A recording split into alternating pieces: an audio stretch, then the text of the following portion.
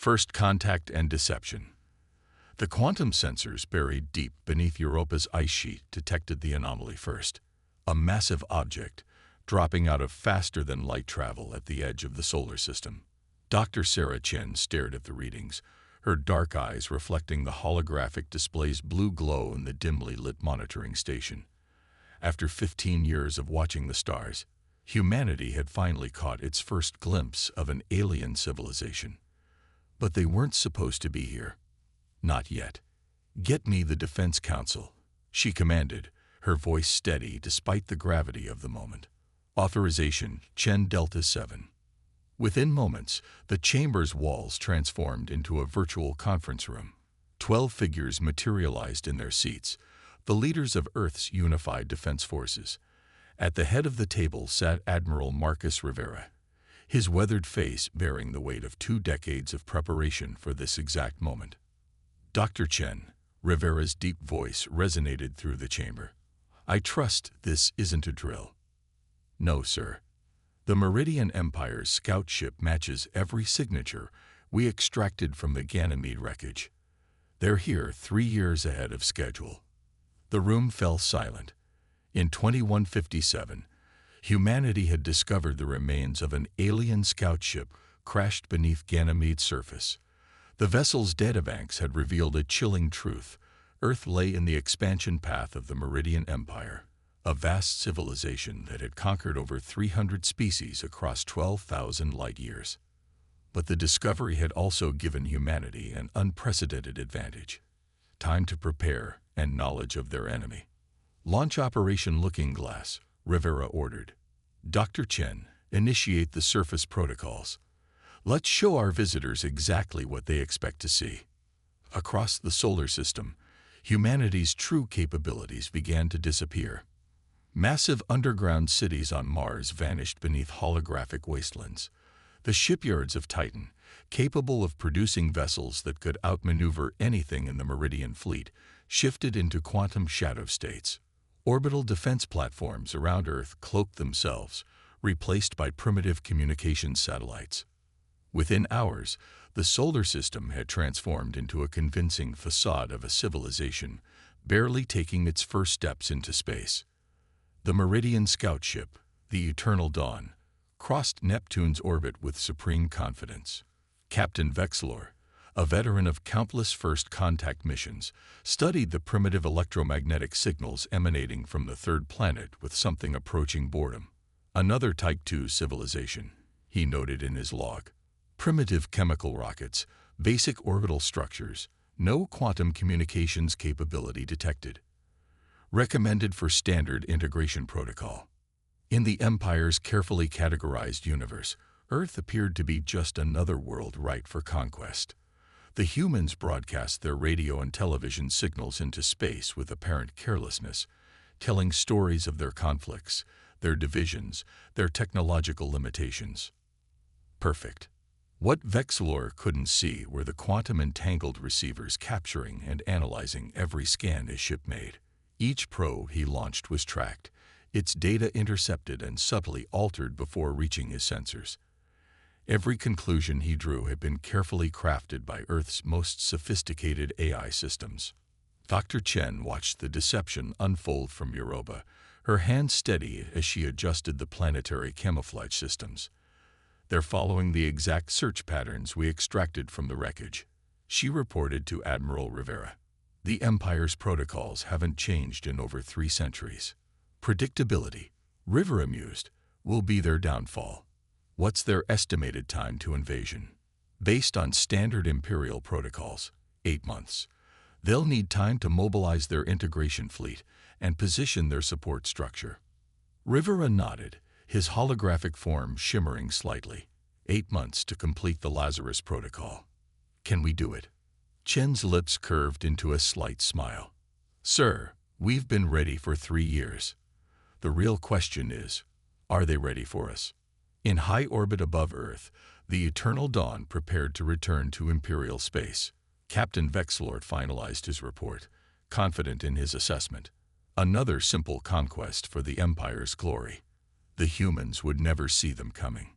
Deep beneath Europa's ice, Dr. Chen watched the alien ship vanish into FTL.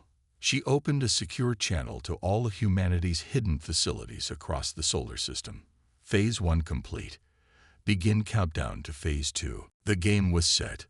The Meridian Empire, undefeated in 30,000 years of expansion, was about to learn why evolution on Earth had produced the most dangerous predators in known space.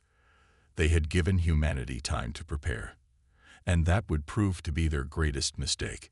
In the darkness between the planets, humanity's real fleet waited in quantum shadow, their crews training for the coming storm. They had turned their entire solar system into a trap, and the Empire was about to spring it. The first move had been played. The next would belong to humanity. The silent preparation. The massive underground facility beneath Olympus Mons hummed with activity. General Maya Patel stood at the observation deck, watching robotic assemblers construct the latest generation of quantum shadow drives. Each engine represented humanity's answer to Imperial FTL technology, not just matching it, but surpassing it in ways the Empire couldn't imagine. Status report, she commanded, her augmented vision highlighting key production metrics floating in her field of view. Colonel James Chen, Dr. Chen's brother and head of special projects, materialized beside her through quantum projection. The Lazarus Protocol is at 87% completion. All fleet elements will be combat-ready within 6 months. The Empire won't wait that long, Patel responded, her expression grim. Intelligence suggests they're mobilizing faster than expected. They're eager, James agreed, his holographic form walking around a suspended engine core. The initial scout report painted us as an easy target. No unified planetary government. Primitive space capability, perfect for their standard integration protocols. Patel allowed herself a thin smile. If they only knew. The truth was far different from what the Empire's scouts had reported. After discovering the crashed ship on Ganymede, humanity had experienced the greatest technological leap in its history. But more importantly, they had learned from the Empire's mistakes. Where Imperial technology had stagnated over millennia of unchallenged dominance, humanity had innovated. While the Empire relied on brute force and overwhelming numbers, Earth's defenders had developed weapons that turned the physics of space itself into a weapon. Deep within Mercury's hollow core, the quantum forges worked tirelessly. Here, Dr. Elena Santos supervised the creation of weapons that would have seemed like magic to humans just decades ago.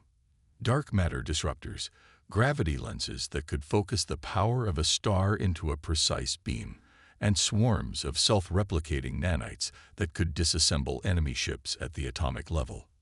The Empire has forgotten the most important lesson of evolution, she explained to her team. Adapt or die.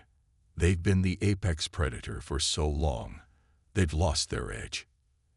In the asteroid belt, millions of rocks have been hollowed out and turned into automated weapon platforms. Each one contained a quantum AI core that could think faster than organic brains, making combat decisions in microseconds. The entire belt had become a giant minefield, invisible to Imperial sensors, but ready to activate at a moment's notice. Admiral Rivera's hologram appeared in the Mercury Command Center. Dr. Santos, the Empire's fleet has begun mobilizing. Long-range quantum sensors detect at least 3,000 capital ships being assembled. Santos nodded, unsurprised. They always followed the same pattern. Overwhelming force, standard formation, textbook invasion. They haven't changed their tactics in thousands of years. That's because they've never needed to, Rivera replied. Until now. The Admiral's next words were interrupted by an urgent signal. Dr. Sarah Chen's face appeared in a separate hologram, her expression tense. Sir, we have a problem. The Empire's advance forces have already entered the Kuiper Belt. They're moving faster than any previous recorded invasion. Rivera's face hardened. How long? At their current speed, they'll reach Mars orbit in 3 weeks, not the 2 months we projected. The command center erupted into activity. General Patel's hologram joined the conversation from Mars. We're not ready, The Lazarus Protocol needs at least 6 more weeks, Stowe. We'll have to be ready. Rivera cut her off. Dr. Santos, begin Phase 3 ahead of schedule. General Patel, activate the orbital defense grid. Dr. Chen, maintain our facade until the last possible moment. Let them think they're catching us unprepared. As the holograms winked out, humanity's hidden strength stirred to life. Beneath the surfaces of Mars, Mercury, and Venus, vast hangars opened. Ships that had never known sunlight powered up their engines. In the quantum shadow realm, humanity's true fleet awaited its moment. They had planned for this possibility. The Empire's arrogance, their certainty of victory, had made them predictable. Now that same arrogance would be their undoing. On Earth, cities began their carefully choreographed transformation. Surface structures that appeared primitive concealed quantum-powered shields. Civilian populations moved into underground arcologies, protected by layers of dark matter barriers. What would appear to Imperial sensors as panicked chaos was actually a well-rehearsed evacuation protocol. In her command center on Europa, Dr. Chen watched the Empire's advance fleet approach. Their formation was perfect, exactly as the tactical manuals recovered from the Ganymede wreck had shown. They hadn't deviated from standard protocol in millennia. "Let them come," she whispered, initiating the final sequence of the deception protocol. "Let them think us weak." The greatest trap in military history was about to be sprung. Humanity had spent 20 years preparing for this moment, turning their entire solar system into a weapon. The Empire thought they were invading a primitive world. They were actually entering a carefully constructed killing ground. As the Imperial fleet approached, humanity waited in the shadows. They had learned everything about their enemy while revealing nothing of themselves. The Empire was about to discover why Earth's harsh evolution had produced not just tool users, but warriors who had spent their entire history preparing for moments exactly like this. The silent preparation was over. The time for war had come. The Empire strikes. The Imperial invasion fleet emerged from hyperspace in perfect formation, their ships forming a sphere around Mars. Admiral Xarel stood on the bridge of the Eternal Dominion, his 4 eyes narrowing at the primitive defenses before him. A scattered collection of chemical rockets and crude orbital platforms were all that stood between his fleet and another victory for the Empire.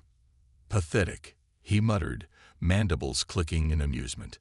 "Begin standard planetary subjugation protocol." Across 3,000 ships, weapon systems powered up. The Empire had used the same invasion sequence for 10,000 years. It had never failed. Until today. Deep within Europa's command center, Dr. Sarah Chen watched the Imperial fleet through quantum sensors.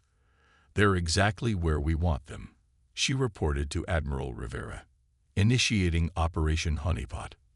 The seemingly primitive human defenses began to react exactly as the Empire expected. Missiles launched from Mars with predictable trajectories. Defensive satellites moved to intercept with easily calculable paths.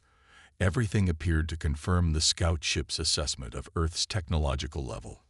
Admiral Xarel didn't even bother to watch as his fleet's point defense systems swatted away the primitive weapons, launched the first wave off. His order was cut short by a cascade of alarms. Across the Imperial fleet, quantum sensors detected massive energy spikes appearing out of nowhere. The asteroid belt had come alive. Impossible. Xarel breathed as he watched thousands of rocks suddenly reveal themselves as weapon platforms.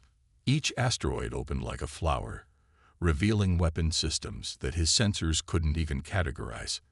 Dr. Santos watched from her Mercury command center as her creation activated. "Fire the gravity lenses," she ordered. The hollow core of Mercury pulsed as it channeled the sun's energy through quantum-engineered spacetime. Beams of focused stellar power lanced out from hidden emitters, each one precise enough to target individual Imperial ships. The Empire's energy shields, unchanged for millennia, had never been designed to handle weapons that bent gravity itself. 20 ships vanished in the first volley. All ships, evasive action. Xarel commanded, but his fleet's rigid formation protocols worked against them. Ships collided as they tried to break formation, their crews unpracticed in anything but standard military doctrine. That's when humanity's real fleet revealed itself. General Patel gave the order from Mars. Shadow Fleet, deploy. Across the solar system, quantum shadows solidified into reality. Hundreds of human ships appeared, their designs unlike anything the Empire had ever encountered. They weren't the massive, imposing warships favored by Imperial doctrine. Instead, they were sleek, adaptive vessels that could change their configuration on the fly. "Let's show them how Earth fights," Patel commanded. Human ships darted between the larger Imperial vessels like wolves among cattle. Their quantum drives allowed them to partially phase out of normal space, passing through Imperial shields as if they weren't there. Swarms of autonomous drones deployed from hidden bays, their AI cores coordinating attacks with inhuman precision. On the Eternal Dominion's bridge, Tharo watched in horror as his neat formation dissolved into chaos. "This is impossible. They're primitives. They'd barely have spaceflight." "This is Admiral Rivera of Earth's Defense Force." A calm voice transmitted across all frequencies. "Your scout ships saw what we wanted them to see. You're not fighting primitives, Admiral. You're fighting the species that survived Earth." As if to emphasize his words, the asteroid belt launched its second wave of attacks. Millions of microscopic robots, each one powered by a quantum core, swarmed toward the Imperial ships. They passed through shields and armor, targeting critical systems with precise efficiency. "Sir, we're losing ships faster than we can count," Exarel's tactical officer reported, panic in his voice. "Their weapons, they're like nothing in our database." In her Europa bunker, Dr. Chen allowed herself a small smile. "They're learning what we learned from their wreckage. The Empire stopped innovating because they never needed to. But Earth never stops evolving." The battle that followed would be marked in Imperial records as the Day of Revelation. Human ships seemed to ignore the laws of physics as the Empire understood them. Their weapons targeted weaknesses in Imperial technology that had gone unnoticed for millennia. Every attempt to adapt was met with 3 new forms of attack. "Fall back," Exarel finally ordered, watching his mighty fleet be dismantled by an enemy they had gravely underestimated. "Full retreat. Get us out of this system." But retreat proved as difficult as attack. The quantum AIs controlling Earth's defense grid had predicted every possible escape route. Gravity lenses caught fleeing ships in webs of distorted spacetime. Swarms of drones herded the Imperial vessels into killing zones where Mercury's solar weapons waited. In the end, only a third of the invasion fleet escaped. They left behind hundreds of disabled ships and a graveyard of shattered Imperial might in Mars orbit. Admiral Rivera stood in the Europa Command Center, watching the Imperial ships flee. "Send them a message," he ordered. "Tell them this was just our defense force. Tell them our actual war fleet is still in dock." Dr. Chen looked up from her console. "They won't believe that." "No," Rivera agreed with a grim smile. "But they'll worry that it might be true. And that fear will eat at them more than any weapon we could deploy." As the remnants of the Imperial fleet limped home, humanity began preparing for the next phase. They had shown the Empire that Earth was no easy conquest. Now it was time to show them why picking a fight with humans had been their greatest mistake in 10,000 years. The Empire had started this war. Humanity would finish it. Counterstrike. In the Imperial capital of Meritus Prime, the High Command Chamber erupted in chaos. Holographic displays showed the devastation of their first invasion fleet, while reports of unprecedented weapons and tactics flooded in from survivors. "They made us see what they wanted." Admiral Xarel's transmission was filled with static, his flagship still limping home through hyperspace. "The humans, they're not primitives. They're something else entirely." Supreme Commander Vexthal, leader of the Empire's combined military forces, watched the recordings in silence. In 10,000 years of Imperial expansion, no species had ever repelled a full invasion fleet. Yet these humans had done it with weapons that seemed to defy the laws of physics themselves. "Launch the Grand Armada," he finally ordered. All of it. But Earth was already moving. Deep within Titan's hidden shipyards, Admiral Rivera addressed the combined fleet commanders through quantum entanglement communications. The Empire expects us to wait for their next attack. They believe we'll fortify our system and prepare for a defensive war. He paused, allowing a thin smile. They're wrong. Dr. Sarah Chen's hologram appeared beside him, her quantum projection showing the latest intelligence. The Empire's military structure is completely centralized. Every tactical decision, every strategic movement, must flow through their chain of command. It's their greatest weakness, and we're going to exploit it, General Patel added from her command post on Mars. Operation Hydra begins now. Across the solar system, humanity's true military might emerge from quantum shadow. Not the defensive fleet that had repelled the invasion, but the offensive force they had spent 2 decades building. Ships that could fold space itself, weapons that harnessed dark matter, and swarms of autonomous craft guided by quantum AIs. Dr. Elena Santos appeared in the briefing, her Mercury labs visible behind her.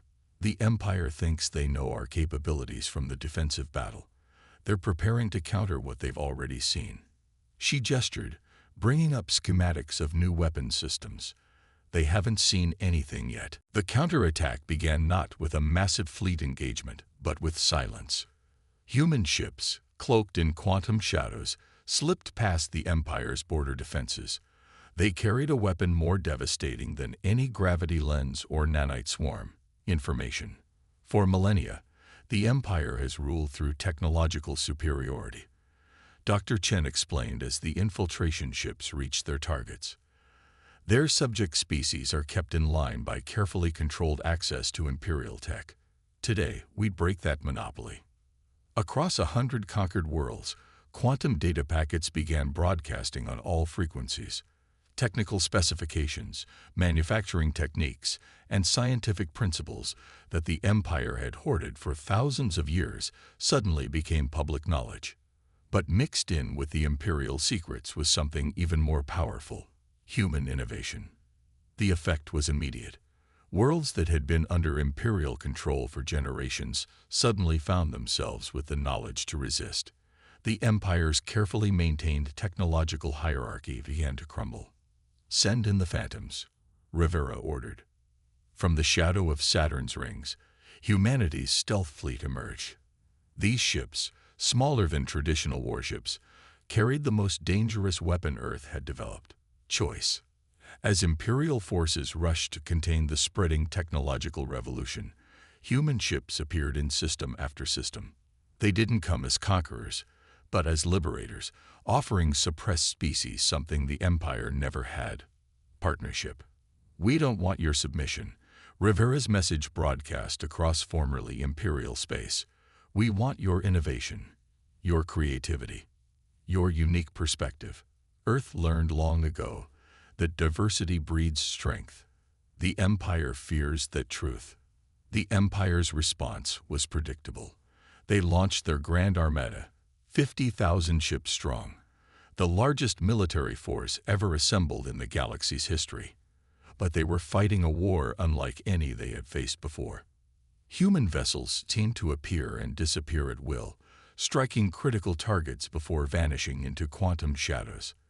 Liberated worlds began producing weapons and defenses based on human designs, creating a multi-front war that the Empire's rigid command structure couldn't handle. "They're trying to find our homeworld," Dr. Chen reported, watching the Imperial fleet's movements. "They still think if they can strike at Earth, they can end this." "Let them come," General Patel responded. "Every ship they send to our system is one less ship suppressing their subject worlds, and we've got a few more surprises waiting." The Empire had started this war expecting a simple conquest of primitives. Instead, they had awakened something they never expected: a species that had evolved not just to survive, but to thrive on challenge and change. As the conflict spread across the galaxy, one truth became increasingly clear: the Empire had spent 10,000 years becoming a perfect, unchanging machine. But humanity had spent its entire existence learning to adapt, to innovate, to overcome. And now, the galaxy would learn which approach was stronger. Evolution's children. The Empire's Grand Armada arrived at the edge of the solar system, 50,000 ships strong, their formation a perfect sphere of destructive power. Supreme Commander Vexthal stood on the bridge of his flagship, the Imperial Destiny, watching his tactical displays with all four eyes. "Let them witness true power," he commanded. "Begin the final protocol."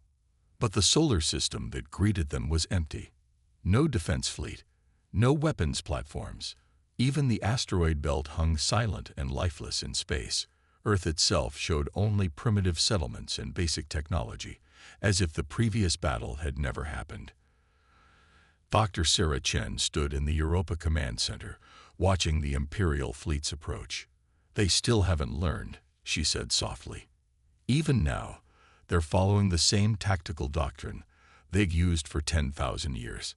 Admiral Rivera's hologram nodded beside her. "Are we ready, Dr. Santos?" From her position in Mercury's quantum forge, Elena Santos smiled.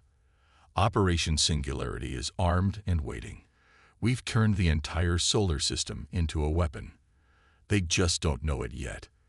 The Empire's fleet moved forward in perfect formation, their sensors scanning for the human forces that had devastated their previous invasion.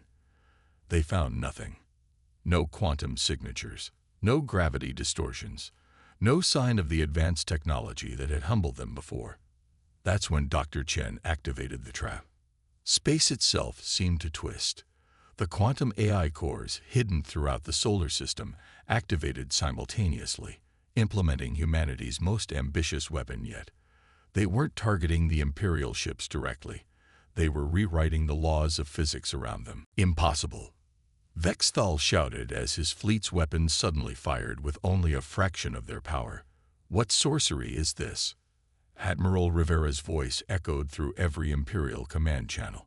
"Welcome to humanity's universe, Commander. We've spent the last 20 years learning how to manipulate the fundamental constants of space-time itself. Your weapons were designed for one set of physical laws. We just changed them." As if to demonstrate his point, human ships began emerging from quantum shadow, their drives adapted to the altered physics of the battlefield. Where Imperial weapons barely functioned, Earth's technology worked perfectly. "You see," Dr. Chen's voice joined Rivera's, "evolution on Earth taught us something your empire forgot long ago. It's not the strongest that survive.